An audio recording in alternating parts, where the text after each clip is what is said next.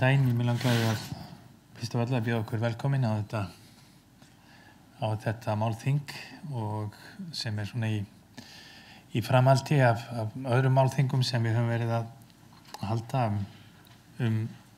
ýmis efni sem tengjast því sem hefur verið kallað geðrænir erfiðleikar, getum við sagt, svona til að ná utan þetta allt saman.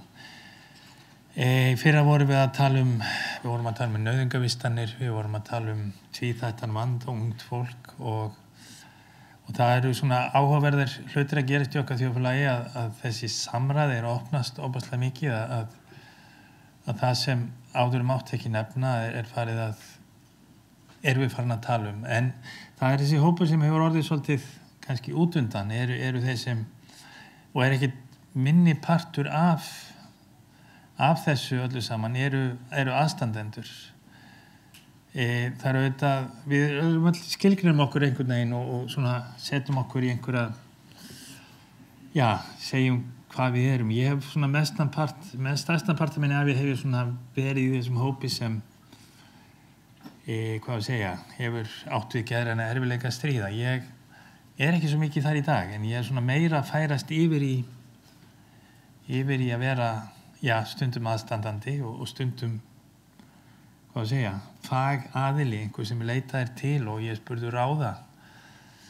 En ég svona í okkar svona lífi þá tökum við þessu svona mismunandi hlutverk en í dag erum við að fjalla þetta frá þessu hlutverki aðstandandans, þessu sem stendur að. Og það eru mæður og það eru feður og það eru systkini og það eru börn og við höfum þessa fulltrúa hér í dag til að segja frá sinni reynslu. Því að þetta allt saman snýst samræð og það er svo, mér er svo vænt að heyra Einari hérna á og þetta samtal sem hún sér ennþá stað svona út yfir gröf og dauða og hafa sem aðstandandi skrifað þetta verk sem lifir áfram, sem bæði sem bók, sem skáldsaga, sem kvikmynd, sem leikrit og alltaf og var upphafið af mjög langri samræðu sem á sér ennþá stað. Ég ætla svona geyma frekara púður því ég fæ eftir tækifæri í lokin og bara hleypa fólkinu hérna af og bara takk fyrir að koma og ég vona að þetta verði skemmtilegt og gagnlegt. Takk.